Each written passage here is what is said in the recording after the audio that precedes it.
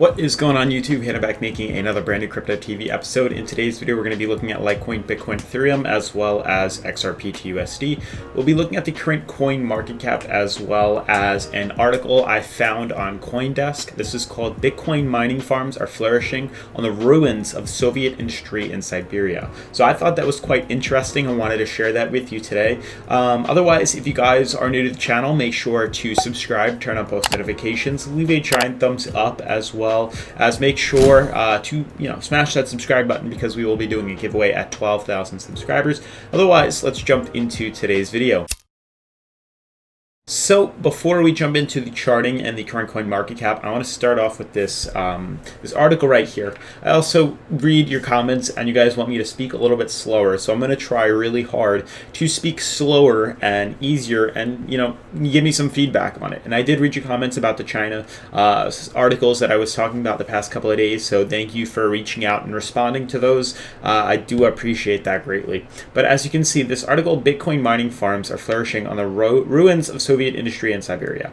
So the takeaway, I don't even want to read that. I kind of just want to show you more so the pictures and the fact that at least in the US, we see crypto as potentially not doing too well. Maybe more so in New York with all these laws and regulations. I know in California they do much better, but for here, there's not too much hype around this. And when I saw this article, I was quite surprised to think that there are actually places that rely on cryptocurrency to make a living and to do much more than that. So I thought that was very interesting and I wanted to share this with you. But basically there are several large mining farms. Hopefully you guys know what those mean, what mining farms are. They basically are the keys to basically continue all of crypto. They use them to mine and go after the blockchain. They mine the blocks and they get rewarded with whatever crypto they're using. So as you can see, here we go. So driving around the fenced area on the quiet outskirts of Bratsk, we can't find an entrance. The concrete walls and metal gates bear no signs. Only authorized and expected guests can enter.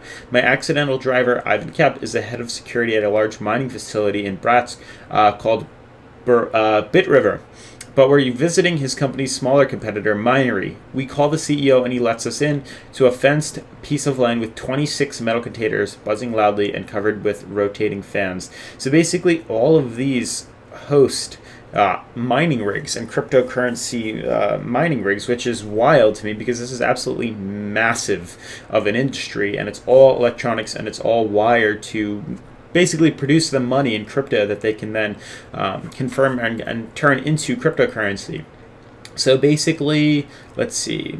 Pablo Lobo of Thorm, I can't even pronounce these, Thorm, is a company which mines Bitcoin to fund a research lab. Give another explanation, Siberia's climate makes it a no-brainer for choosing a mining host, providing natural cooling for most of the year. Swarms hasn't placed ASICs at mineries yet, but it's considering it as an option. So more so on the temperature, but you can see these massive boxes that they're using to mine. And then we get into other areas of mining. You can see right here, this is pretty much what it looks like. I think this is another mining rig. It says then the number of miners will ultimately grow 4 times, yada yada yada. This is what a mining rig looks like for the most part, and I wanted to share that. Bit River, this is where it's hosted in, and I thought that was quite interesting. Obviously it takes tons of power, a ton of power, as well as a ton of knowledge on cryptocurrency and mining, and it can become profitable at these major levels. I'd like to know if you guys are some smaller investors into mining and you have your own equipment, how is that going on a short-term scale?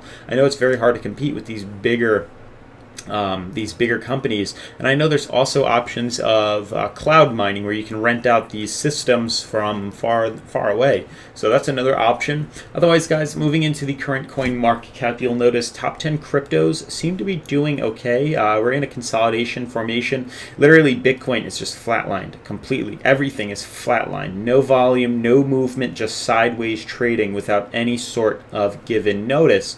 So really we're in some sort of consolidation point. We're not really seeing much movement at that, and with this comes potential for an uptrend. Consolidation is obviously needed within the markets, and eventually we can consider movement at a bigger scale towards higher levels or potentially lower levels. So for example, right now, you can see Bitcoin is in some sort of recovery phase. You can see we've pretty much sidelined the high-low middle moving the RSI. We're pretty much trading out sideways, and what that means is that it's an indication that we've pretty much recovered, or we're starting to recover and eventually start to, swing to other directions. So it's nice to see that consolidation is happening, and that does offer potential for bigger moves. Now, the one interesting thing is this downtrend can be continued. And I'd like to continue this out and see how this eventually affects the rest of the markets. So I don't really think, looking at Litecoin looks like it's at the bottom. Bitcoin has more room to fall. Ethereum's at the bottom. XRP's at the bottom.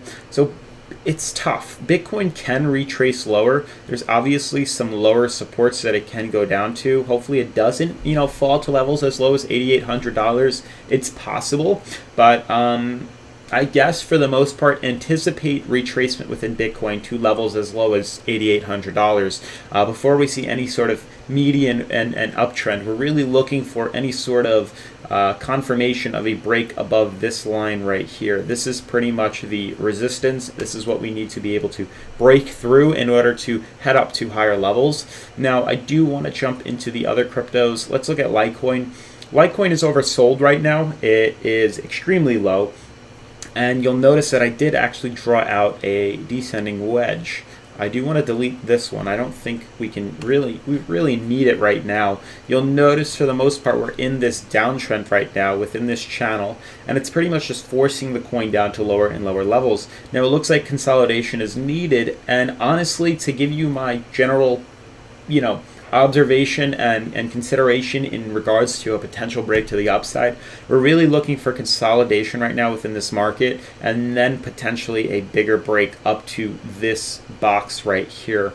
And why I say that is because right now we've pretty much consolidated further. Not only are we practically bottomed out on the oversold line on the RSI, but we're also trading sideways with slight green, which is a good indication that this is bottom. We could have hit rock bottom at $60, and it might be time to see that swing to the upside. If it doesn't happen now, it's definitely going to. It is very hard to make analysis every single day. Because it can get boring, or people can think of other things throughout each video. And so what I'm trying to say is, like, if I made monthly videos, it'd be much easier. If I made weekly, much easier. But when we do daily videos, we have to take into consideration that at some point within the next couple of weeks, we can swing back upwards. We can swing. I can make it a longer approach like this. Let's say we do something like this. So let's say by September, we will manage to swing to the upside in September, mid-September. So we have about 2 weeks. I'm going to be making videos within those 2 weeks. But we have to consider that this is where we're going to head to, and I'm going to continue to, predict the possibilities of heading to those higher levels. For the most part, within the next couple of days, up until around September 8th, I do anticipate movement within here, within this channel. We're probably going to trade out. We could once again retest $60, but eventually I'm looking and anticipating a break, which I'm expecting and I know is going to happen, of a swing up to at most $100 very quickly. So that's about $35 per Litecoin, which is quite a big jump if you ask me. So short term, consolidation. Short term, we do have the sideways movement within this channel, but eventually it will bring us up to these higher levels up here.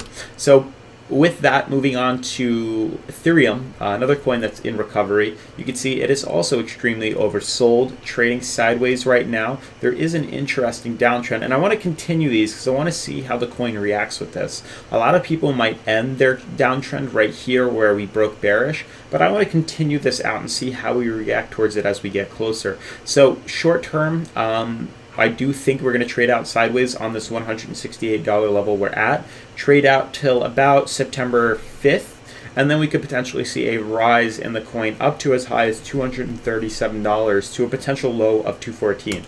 This Why I consider this important is because this is basically the median for the coin. This is about the middle of the coin, as high as it goes and as low as it goes. This is usually where it seeks consolidation and sideways trading.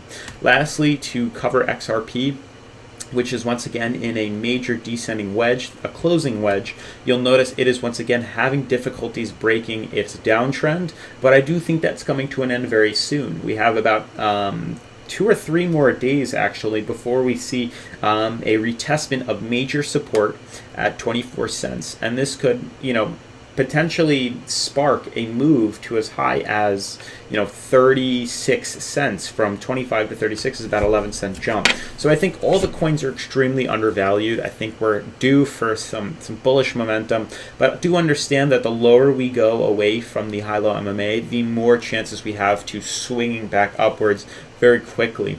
To take a look at Litecoin really quick, we are surprisingly below our high-low MMA. I didn't anticipate that. I'm very shocked, but the fact that we're below here means we should come back into it fairly soon. Usually we like to hang out in here as a means of support, so I don't think we're going to be out here for too long. Otherwise, guys, that's going to wrap up today's video. If you're new to the channel, make sure to subscribe, turn on post notifications.